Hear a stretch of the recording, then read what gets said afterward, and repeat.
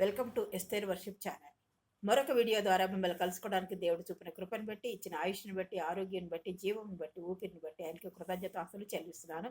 మీ అందరికీ నా వందనాలు. నన్ను ప్రోత్సహిస్తూ, బలపరుస్తూ, ఆదరిస్తూ నడిపిస్తున్నందుకు మరొకసారి మీ అందరికీ నా వందనాలు చెల్లిస్తున్నాను. మీరు అనేక మంది లైక్లు కొడుతున్నారు, మరి షేర్ చేస్తున్నారు. సబ్స్క్రైబ్ చేసుకోవాలని కూడా కోరుతూ నేను ఈ వాక్యాన్ని మీ ముందు పంచుకుంటున్నాను. చిన్న ప్రార్థన చేసుకుందాం. అత్యంత మహాపరిశుద్ధులను, ప్రేమామేండు, కృపామేండు, దయామేడమైన ప్రభావ, మీ అప్రించి పాదములకు లెక్కలేని స్థుతులు, స్తోత్రాలు, వందనాలు చెల్లించుకుంటూ, నాయన మీ పాసరందానికి వచ్చిన నాయన ఈ వాక్యం వివరించడానికి నాకు జ్ఞానం సరిపోదు. మీ ఆత్మ నడిపింపు దయచేసి నాతో మాట్లాడి, నా ద్వారా వింటున్న వారితో మాట్లాడి, మమ్మల్ని బలపరిచి మహింపదమని, అన్ని విషయంలోనూ కృప చూపని, నీ ఆత్మ నడిపింపు దయచేయమని, ఈ వీడియో చేయట్లోని నాకు జ్ఞానం ఇచ్చి నడిపించి మహింపదమని యేసునామమున బట్టి ప్రార్థించి అడుగుతున్నాం తండ్రి, ఆమేన్. ఈరోజు కీర్తన 37:5 వచనం 4-5 వచనాలు చూసుకుందాం. 5వ వచనం మెయిన్. నీ మార్గమును యెహోవాకు అప్పగింపుము, నీవు ఆయనను నమ్ముకొనుము, ఆయన నీ కార్యము నెరవేర్చును. మరొకసారి చదువుతున్నాను. నీ మార్గమును యెహోవాకు అప్పగింపుము, నీవు ఆయనను నమ్ముకొనుము, ఆయన నీ కార్యము నెరవేర్చును. మన మార్గాన్ని ఆయనకు అప్పచెప్పాలన్నమాట. మరి మనం అప్పచెప్తున్నామా? ఆయన నమ్ముకున్నాము, ఆయనకి మన మార్గాన్ని అప్పగిస్తున్నామా? ఈ రాత్రి కాల సమయంలో మనం పరీక్షించుకోవాల్సిన మార్గం అంటే ఏమిటి? మనం ఆయన త్రోవల్లో నడుస్తున్నామా? ఆత్మీయ జీవితంలో, వాక్యం చదవడంలో, వాక్యం ధ్యానించడంలో, ప్రార్థనా జీవితంలో, మందిరానికి వెళ్ళడంలో, ప్రతి విషయంలో ముందుకు సాగుతున్నామో? అయినప్పటికీ ఆయన మార్గాన్ని వెతుకుతున్నామా? ఆయన మార్గాన్ని ఆసక్తితో వెతుకుతున్నామా? మన మార్గాన్ని ఆయన చేతికి అప్పగిస్తున్నామా? మన జీవిత విధానంలో మన ఇష్టానుసారంగా మనం జీవిస్తున్నామా? లేకపోతే దేవుని హస్తానికి మన జీవిత ప్రయాణ మార్గాన్ని అప్పగిస్తున్నామా అన్నది మనం ఈరోజు పరీక్షించుకోవాల్సిన వారమై ఉన్నాం. ఈ జీవిత ప్రయాణం అనే యాత్రలో ఆయన నడిపింపు, ఆయన నిర్ణయం, ఆయన చిత్తానికి మన మార్గాన్ని అప్పచెప్పడం ఇవి చాలా ప్రాముఖ్యమైంది. ఆయన మార్గాల్లో మనం అనుసరించక నడుచుకపోతే చాలా కష్టం మాట. అనేక పరిస్థితులు ఎదుర్కోవాలంటే ఆయన సన్నిధిలో మనం ప్రార్థన చేయాలి, మన మార్గాన్ని ఆయనకి అప్పగించాలి. సంఖ్యాకాండము 33:5-6 వచనాలు చూసుకుంటే, 33 అధ్యాయం 5-6 వచనాలు చూసుకుంటే, ఇశ్రాయేలీయులు రామసేనులో నుండి బయలుదేరి సుక్కోతులో దిగిరి. ఇశ్రాయేల్ ఐగుప్తు నుండి బయలుదేరినప్పుడు వాళ్ళకు అనేకమైన మార్గాల గుండా వాళ్ళు వెళ్ళారు. దేవుడు నడిపించాడు, వాళ్ళు వెళ్ళారు. అనేక చోట్ల అనేక ప్లేసెస్, స్థలాలు మారారన్నమాట. గుండా వాళ్ళు వెళ్ళారు. ఇక్కడ రామసేనులో నుండి బయలుదేరి సుక్కోతులో దిగారట ఇశ్రాయేల్ ప్రజలు. ఐగుప్తు నుండి బయలుదేరి అలా వస్తుండగా రామసేనులో నుండి బయలుదేరి సుక్కోతులో దిగిరి. సుక్కోతులో నుండి వారు బయలుదేరి అరణ్యపు కడనున్న ఏతాములో దిగిరి. అక్కడి నుంచి సుక్కోతు నుంచి ఏతాములో దిగారట. ఈ వచనాలు మనకి ఏం నేర్పిస్తారంటే, ఇశ్రాయేలీయులు ఐగుప్తు నుండి వాగ్దాన దేశానికి చేసిన ప్రయాణము, దాని యొక్క వివరాలు తెలియజేస్తుంది. వాళ్ళు ఎలా ప్రయాణం చేశారు ఏమిటనేది తెలియజేస్తుంది. దేవుడు వాళ్ళకి వాగ్దానం చేశాడు, వాగ్దత్త దేశానికి వాళ్ళని చేరుస్తారని. కానీ ఆ మార్గాన్ని అంతా అప్పుడే దేవుడిని విశ్వసించారు, అప్పుడే దేవుడిని నమ్మారు, అప్పుడే ఆయన దూషించారు, సణిగారు. ఇలాగ వాళ్ళు తప్పిపోతూ ఆయన మార్గానికి లోబడకుండా ఉన్నారన్నమాట. మనం అలాగున్నాం. మనం ఏ సంవత్సరంలో, నీవు నేను ఏ సంవత్సరంలో, ఏ రోజున యేసు ప్రభువుని నమ్ముకుని, ఏ వయసులో ఆయన విశ్వసించి రక్షింపబడ్డావో, నీ సాక్ష్యము ఎలా ఉందో, ఏ విశ్వాసంతో నీ సాక్ష్యము వలన ప్రభువుని విశ్వసించి నమ్మావో, ఆ నమ్మకాన్ని, ఆ విశ్వాసాన్ని ఎప్పుడు కోల్పోకూడదు మాట. ఆ విశ్వాసంలో, ఆ నమ్మకంలో సాగిపోతూ ఉండాలి. నీ ప్రయాణం ఎలాగుంటుంది? మన ప్రయాణం మనం విశ్వసించిన నమ్మయి బాప్తిసం పొందిన నాటి నుంచి అది పునాది నుండి ఎన్నో ప్రయాణాలు జరుగుతూ ఉంటాయి. ఎన్నో పరిస్థితులు, ఎన్నో స్థలాలు, ఎన్నో ఒడిదుడుకులు, ఎన్నో మార్పులు, ఎన్నో వేదనలు, ఎన్నో కష్టాలు, ఎన్నో బాధలు, ఎన్నో కన్నీళ్ళు, ఎన్నో మార్పులు, ఎన్నో ఆర్థిక పరిస్థితులు,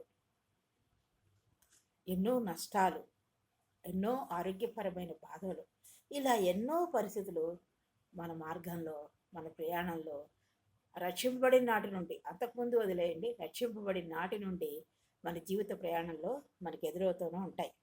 ఇవన్నీ జయించాలంటే మన శక్తి సరిపోదు, మన భక్తి సరిపోదు, మన ప్రార్థనా జీవితం, విశ్వాసము అది సరిపోదు.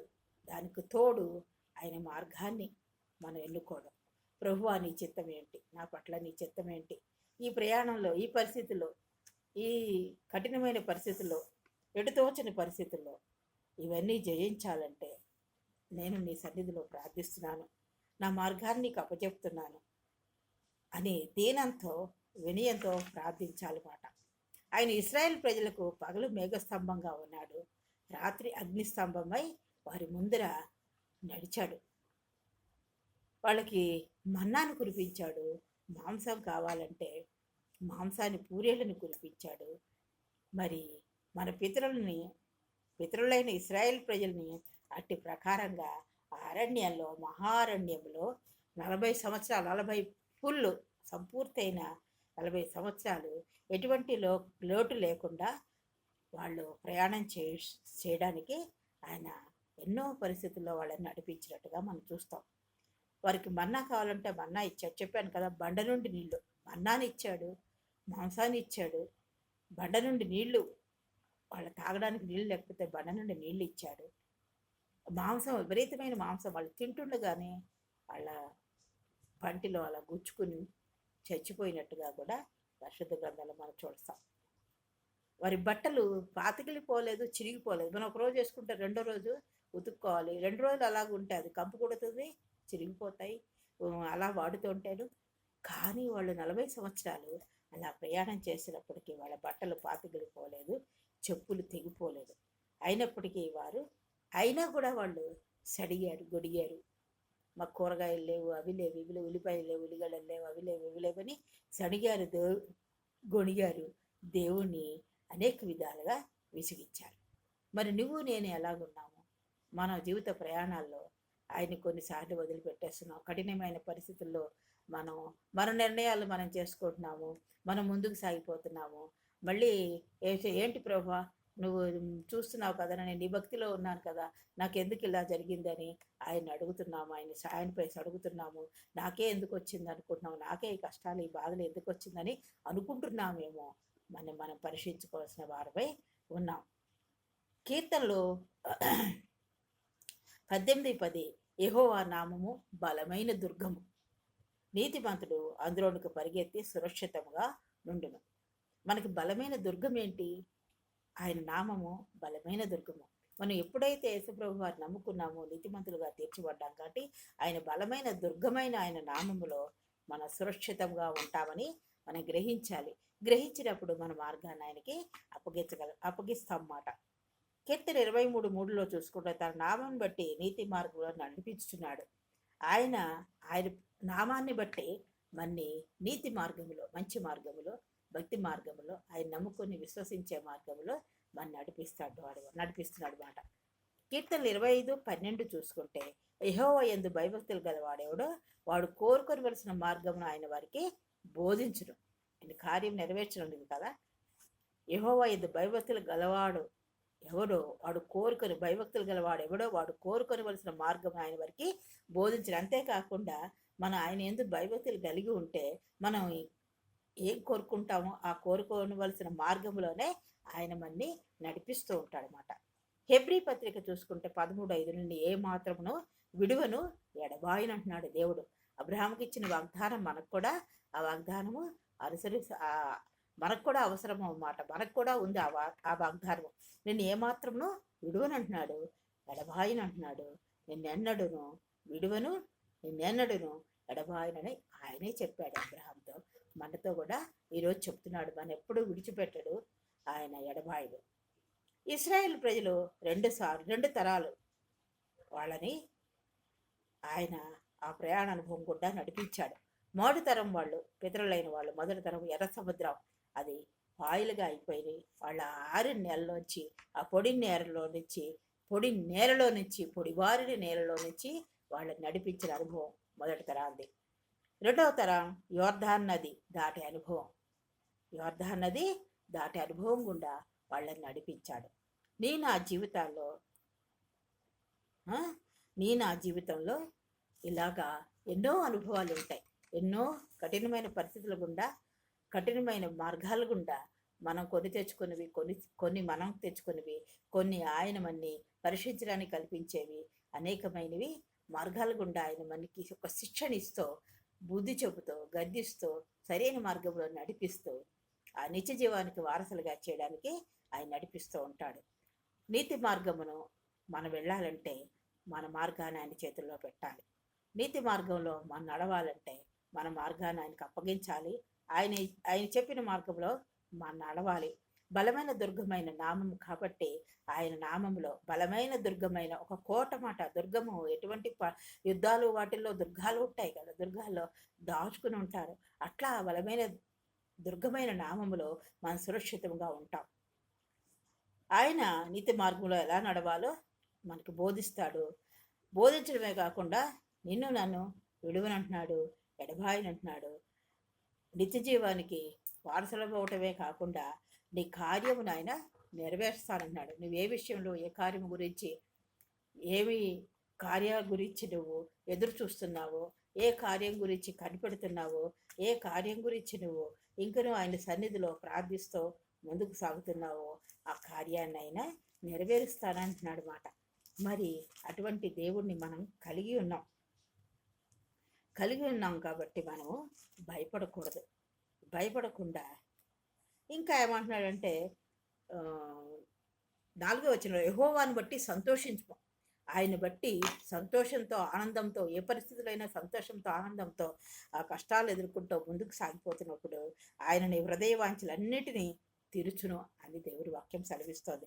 మన హృదయ వాంఛలన్నీ ఆయన తీర్చడమే కాకుండా నీవు ఆయన నమ్ముకున్నావు కాబట్టి ఆయన నీ కార్యము నెరవేర్చును.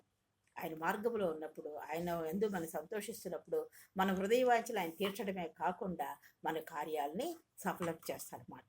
కాబట్టి ఈ 37 ఈ వచనం ద్వారా అంటే దేవునిలో ఆనందం, సంతృప్తికరమైన జీవితం జీవించాలని తెలియచేస్తోంది.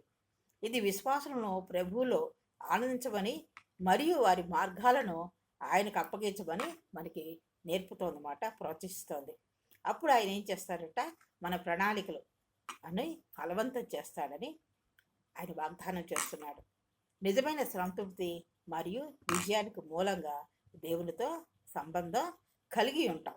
ఆయనతో సంబంధం కలిగి ఉండడానికి నిజమైన సంతృప్తి మరియు విజయానికి మూలం ఎవరు? దేవుడు.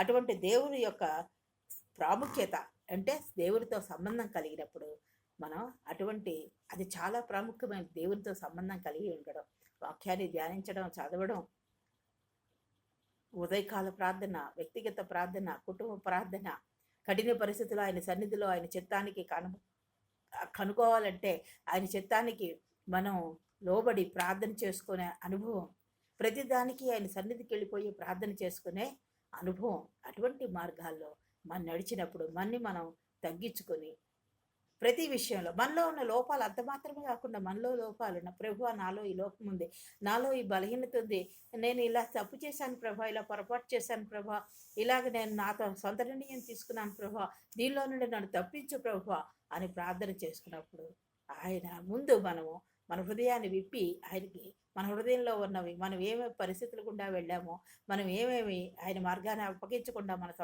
సొంత నిర్ణయాలతో ముందుకు సాగిపోయి చేశామో ఒప్పుకుని ఆయన సన్నిధిలో మనం కన్నీటితో ప్రార్థన చేసినప్పుడు ఆయన గొప్ప విజయాన్ని అనుగ్రహించి మన కార్యాలని నెరవేరుస్తాడు, మన కోరికని సిద్ధింపచేస్తాడు, మన కోరికలన్నీ నెరవేరుస్తాడు.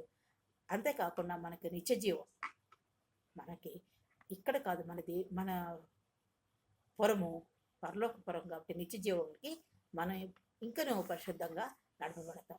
దేవుడి వాక్యంను దీవించుగాక. చిన్న ప్రార్థన చేసుకుందాం. అత్యంత మహాపరిశుద్ధులను, ప్రేమమేండు, కృపామేండు, దయామేడువైన ప్రభువా, మీ అపరంజి పాదములకు లెక్కలేని స్తుతులు, స్తోత్రాలు, వందనాలు చెల్లించుకుంటూ సాయంకాల సమయంలో మీ పాసానికి వచ్చినైనా మీరు ఇచ్చిన వాక్యాన్ని బట్టి వందనాలు తండ్రి. మా మార్గాన్ని మీకు అప్పగించినప్పుడు మేము ఎలాగ ముందుకు సాగిపోవాలనో, ఎలాగనైనా మీరు మాకు ప్రార్థన చేసుకుని మీ సన్నిధిలో మేము కనిపెట్టాలి. అడిగినప్పుడు మీరు మా మార్గాన్ని ఎలా నడిపిస్తారో, మా కోరికలను, హృదయవాంఛలను, మా కార్యాలను ఎలా సఫలపరుస్తారో మీరు మాకు నేర్పించిన విధానం బట్టి వందనాలు ప్రభా. అట్టి ప్రకారం మీలో ముందుకు సాగిపోయే కృపను గ్రహించి మమ్మల్ని ప్రోత్సహించిన ఈ వాక్యాన్ని బట్టి, మీరు మాతో మాట్లాడిన విధానం బట్టి మీకే వందనాలు చెల్లించుకుంటూ, అట్టి ప్రకారం మేము విశ్వాస జీవితంలో స్థిరముగా, నమ్మకంగా, నీతిమంతులుగా ముందుకు సాగిపోయే కృపను గురించి మీరే సహాయం చేసి మహింపదమని బలిష్టమైన, సురక్షితమైన మీ నామములో నా ప్రభా, నా తండ్రి నాయన, దుర్గమైన మీ నామములో నా ప్రభా, మీ నిలకడగా నాయన నిందారహితంగా జీవించే కృపను గురించి మీరే సహాయం చేసి మహింపదమని యేసు నామమును బట్టి ప్రార్థించి వేడుకుంటాం తండ్రి. ఆమేన్. దేవుడి వాక్యం దీవించుగాక. మీరందరూ నా గురించి, నా కుటుంబం గురించి ప్రార్థన చేయాలని కోరుతూ, నన్ను ప్రోత్సహిస్తూ, బలపరుస్తూ, ఆదరిస్తున్నందుకు మీకు మరొకసారి వందనాలు తెలియజేసుకుంటాం. నేను ఈ వీడియోని ముగిస్తున్నాను. దేవుడు మిమ్మల్ని అందరినీ దీవించుగాక. ఆమేన్.